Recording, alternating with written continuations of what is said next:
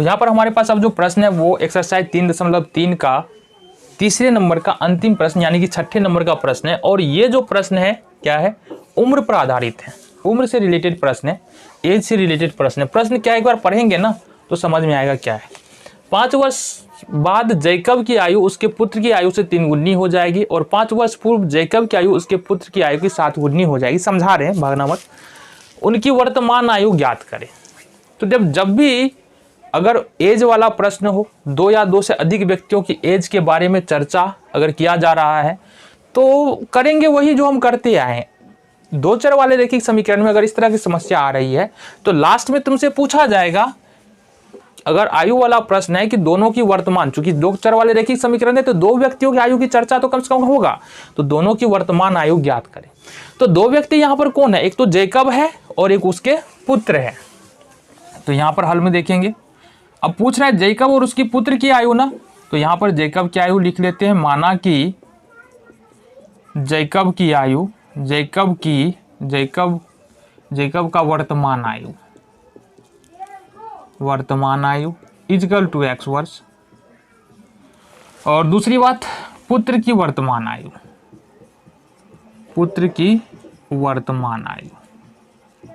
ये मान लेते हैं y वर्ष। ये हमको पता चल गया कि दोनों की उम्र अभी जो है ना, जैकब की आयु x वर्ष है और पुत्र की आयु जो है वो y वर्ष है। उम्र एज की बात कर रहे हैं। क्या कह रहा है कि 5 वर्ष बाद जैकब की आयु उसके पुत्र की आयु से 3 गुनी हो जाएगी। कब की चर्चा है, अभी से 5 वर्ष बाद। अभी अगर मान लो किसी बच्चे की आयु 10 साल है तो 5 वर्ष बाद क्या हो जाएगा, 10 + 5 हो जाएगा ना। तो यहाँ पर 5 वर्ष बाद, तो यहाँ पर लिखेंगे 5 वर्ष बाद। चलो फ्यूचर में चलते हैं, फ्यूचर में जाएंगे 5 वर्ष बाद। तो जैकब की आयु कितना हो जाएगा, जैकब की आयु ये हो जाएगा, अभी x है, 5 वर्ष बाद x + 5 हो जाएगा। पुत्र की आयु क्या हो जाएगी, पुत्र की आयु ये हो जाएगी तुम्हारा y + 5। ऐसा तो है ना कि अगर जैकब की आयु 5 साल बढ़ रही है तो पुत्र वहीं पर रहेगा, पुत्र भी चले जाएगा ना फ्यूचर में, तो वो y + 5 हो जाएगा। ठीक है, अब क्या कह रहा है, पुत्र की आयु की से 3 गुनी होगी, यानी कि जैकब का जो उम्र है ना वो पुत्र की आयु से 3 गुना होगा। कहने का मतलब क्या है, यहाँ पर देखेंगे। अब इक्वेशन बनाने के क्रम में चलते हैं। x + 5 तुलना कर लो दोनों का, y + 5, इस दोनों में संबंध क्या है।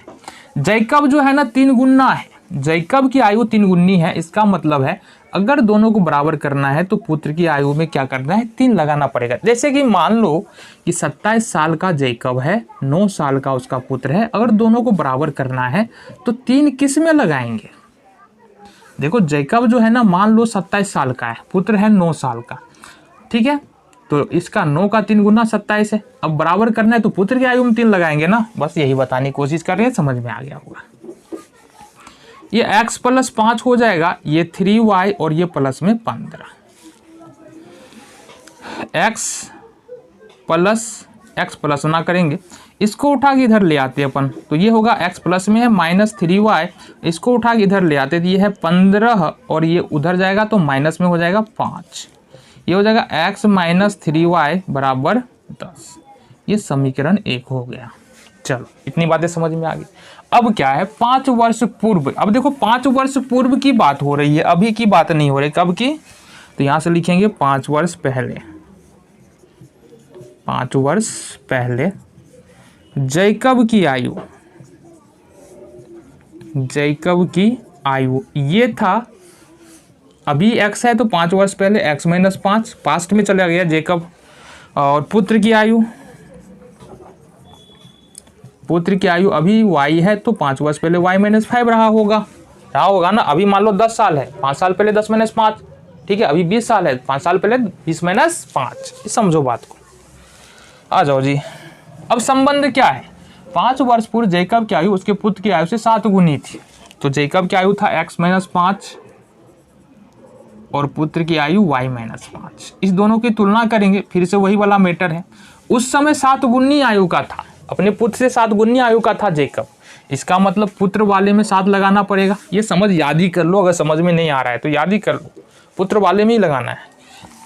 आ जाओ जी, ये हो गया x - 5 बराबर 7y और माइनस का 35। ये हो गया हमारा।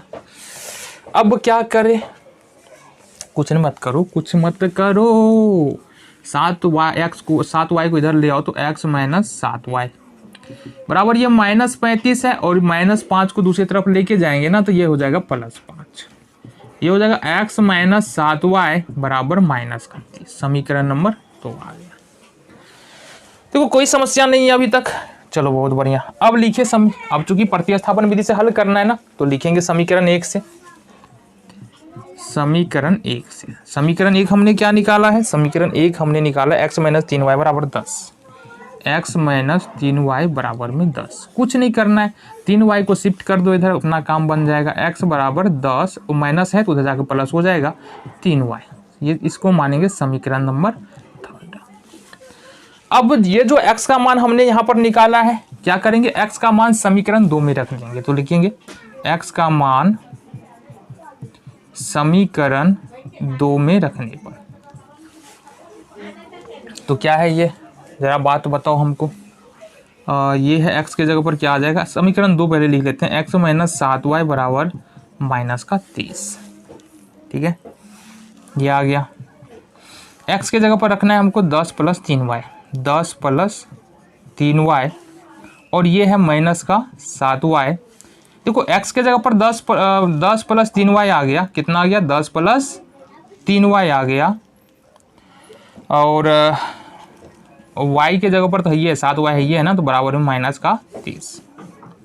यहाँ से गौर से देखो, 10 को उठा के अपन क्या करते हैं, इस साइड ले आते हैं, 10 को उठा के इधर शिफ्ट करेंगे, समझो बात को।